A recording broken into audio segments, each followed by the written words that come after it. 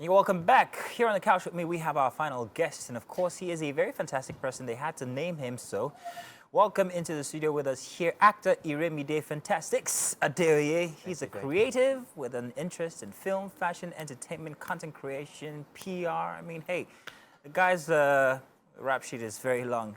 You're welcome. Good to have you here, Iremide. Thank you so much for I don't know whether to call you Segun or Lulu. Which one now? Anyone is. Some of the two very iconic characters that you played that I remember. But good to have you here. Thank you. Good. Who is sitting down with us? Is it the content creator? Is it the actor? Is it the fashionista? Who are you? Let's say a bit of everything. Bit of everything. Exactly. You don't wake up in the morning and say, today I'll be content. Today I'll be an actor. But which one would you say was the beginning, the seed that birthed everything else? Okay, so fun fact, the first thing I started to do in entertainment wasn't acting. It was being a performing percussionist. Oh. That's where the name Fantastics comes from. Because I play the drums and the talking drum, percussion instrument. So I used to go for events, perform at events as an artist, play the drums, play the talking drums. So that was like the first thing I started to do in entertainment. And then I was producing events, hosting events, and acting came along the line. All of this since I was...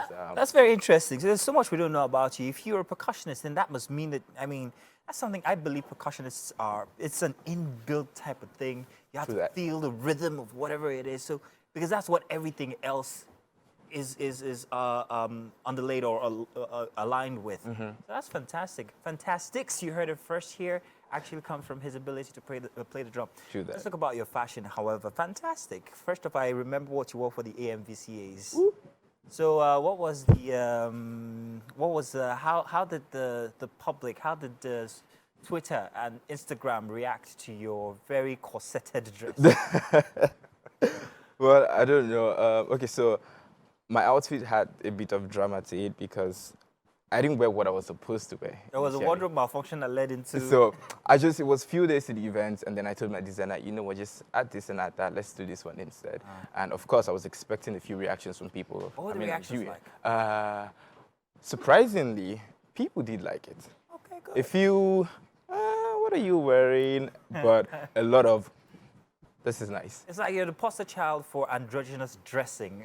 It's something that most people or most male fashion icons are beginning to get into. Do you see like a paradigm shift in how we represent as celebrities outside when it comes to our fashion sense? Yes, because Are we becoming more daring? Are we pushing the envelope? Oh, 100. We're becoming more daring. For me, because personally, I'll use me as an example. I wear crop tops for events. My jacket at the EMVCs was a crop suit.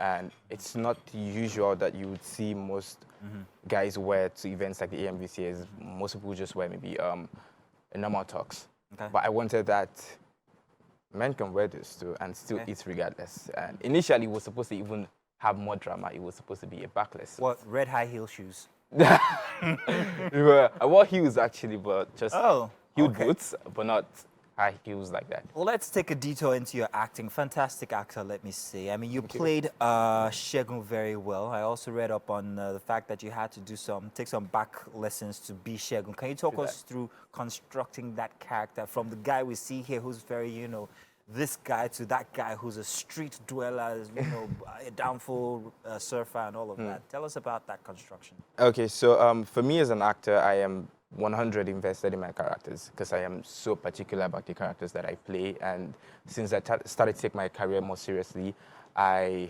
started to put more efforts into delivering, into being my characters. So I do not just want to be that actor that comes on set and, okay, let's just shoot and go. So when Segun came, I have been longing to play a character like that because most people just see me and they think, oh, he's prim and proper. He doesn't play some type of characters. And one thing I do not like is to be typecast, and I would never allow any producer typecast me. So when Victor Okpalan, the producer of Tiger's Tale. Yeah, that's what it's called, by the way, Tiger's Tale. And he said, okay, you'll be playing Segun. And initially, he was skeptical, sort of. Can you pull it off? He was like, because when we were reading with some other producers, they're like, this one way they look like this. You should say you go do Streets Boy. I'm like, all right, let's get into it. And then when I did my first take on set, he was like... What was the first take like? Can you give us a sample? Okay, so the first scene I had was I think the first thing that actually showed for me was when I went to steal something, and then they were beating me up, and I was supposed to be screaming and shouting and showing all that doggedness of the street boy. Yeah. And I had not met any of the producers before. So I just went on set, boom, let's shoot. It was late in the night, and then I switched from being the Iremide How did you do Adeoye. that? Can we get a sample of that street boy being beaten up who's like, nah, I don't degree type. If I can do it, you can. Okay, so let's say, let's do a bit of acting here. You are the lucky boy that came to the island. Okay, all right, get into character now. Yes. I'm the lucky boy that what now? You came to the island, maybe a restaurant somewhere, Yes. and I sort of stole your side mirror. Okay. Because I wouldn't admit that I stole it. Okay. And then now you're challenging me Yes. to give you a side mirror. Now that's it. My career is on the line, by the way, but sorry. What are you doing next to my car? Sorry. Wait, my side mirror is... Hey, come. Hey, why side mirror? Hey, wait, sorry. You were standing here just now. Why are you doing fun? Please, I beg when I come, I can't see this guy. This is... Bring my side mirror. What happened? All right. Great. That's the street boy. I get it now. That was beautiful. Thank you. That was a grand character. But So- how much of a switch did you have to do to play Lulu? Oh, okay. So for Lulu, This is Lulu in Wura, by the way. If you watch Wura and I think Showmax and all the rest, you'd know that character. So how much of a switch did you have to make? okay, so moving from Shegun to Lulu, because Shegun, I had to spend time on the street for a while. I took random trips on the road in downfalls just because I wanted to see how these guys live their lives. Which shows. And then, so for Lulu, I didn't have to do too much. Okay. But the only thing is the headspace that I had to put myself into for that character, because for me to achieve the characterization I was looking for, I needed to get locked up in some headspace because my character is very, very emotional, expressive. Let's put it out there. Your character was not just emotional and expressive. Your character was also quite queer. Oh, he is queer. He is queer. Yeah. So that headspace, was it natural or did you have to also re-engineer a personality? I wouldn't exactly say re-engineer per se, because what we're trying to do right now is play it as natural as it can be. So we're not demonizing, because I wouldn't participate in that. So I picked the character, played the role because I did love the character, I loved the role, and the basis of the character wasn't mainly his queerness. Fine, yes, that's like a huge part of it. Yeah. But he has a lot of emotional backlog that people need to check into that now resonates with the queerness. So it's not just, he's queer. They need to know some of the things that he has passed through, and that was what I was trying to achieve. Show you. Are there many Nigerians in his situation 100 cannot, exactly express themselves like he was doing? Yes. And that's why I feel really great to be taking up something of that magnitude. Okay.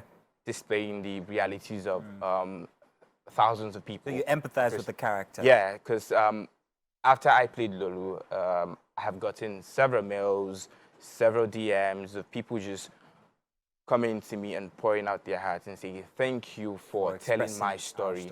Oh. And that's a great thing for me. That's one of the reasons why I am an actor. Fantastic. That's beautiful. Fantastics. See, I said fantastic without even remembering it. It was fantastic. Listen, man, you're a great actor, a great content producer. We see what you do on Instagram. We love it. Don't stop. Continue bringing out those big roles.